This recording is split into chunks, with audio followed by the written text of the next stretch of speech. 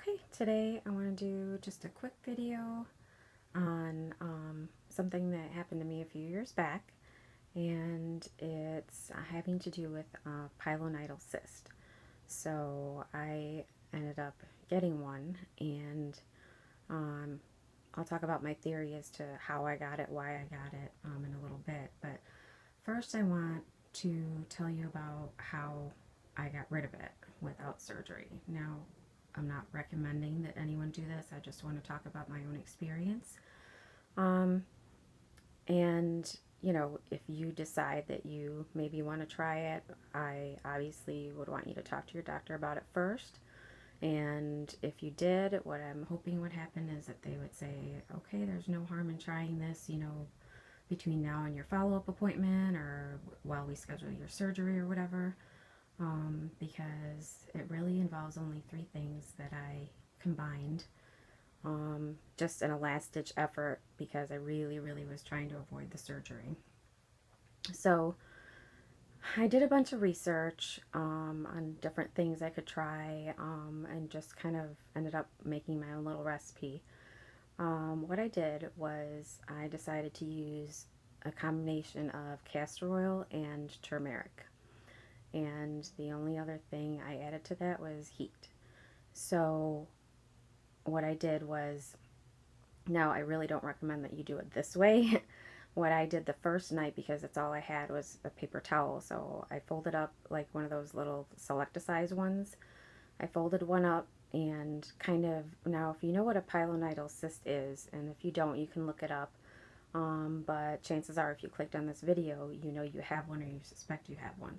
So I would suggest you Google it, look it up, look for other videos on YouTube, and they'll have diagrams, they'll explain exactly what it is. But basically, it shows up in your gluteal fold. And so it can start out as one, and it'll be really painful. And if left untreated, it can develop little tracts and develop another one, which is what happened with me.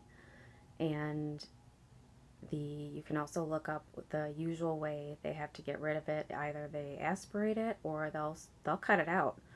They'll cut it out, and then the wound they usually leave open to heal from the inside out, which can take a while. So what I did is the first night I just used a paper towel, doused it with castor oil, sprinkled on the turmeric, and then just kind of wedged it in there and slept with my underwear on, put my sheet and a thin blanket over me, and then put a heating pad over that. Okay, I wouldn't put the heating pad directly on you. So that's what I did, and I would leave it on all night. And I decided I would give it a week, provided things didn't get a whole lot worse. And the third day in the morning, when I was in the shower, it just drained on its own. And I could still feel it a little bit, but it felt so much better. And then within a few days after that, probably, I would say like a good week or two actually, it was just gone. And it's been years now and it has never come back. So I've been exposed to the healthcare industry or whatever for a while now. So I've seen and heard stories of people, buying wound care supplies because they or a family member have this open wound, um, for a while that takes a long time to heal after the surgical procedure.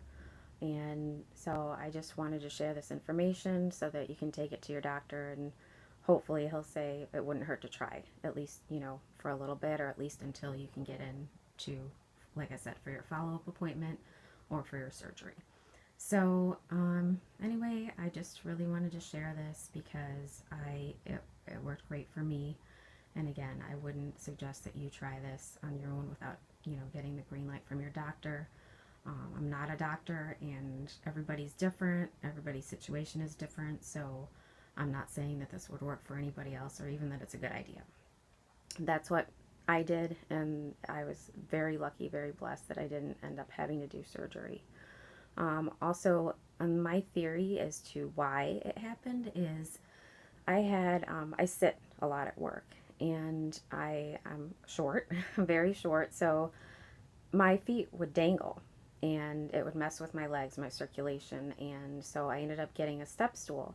The problem is the step stool is a little too high, and so the position that it put me in was putting a lot of pressure in a place that you wouldn't normally get pressure, kind of by the tailbone area, normally. So I think it impeded my circulation, maybe my lymphatic flow, I don't know.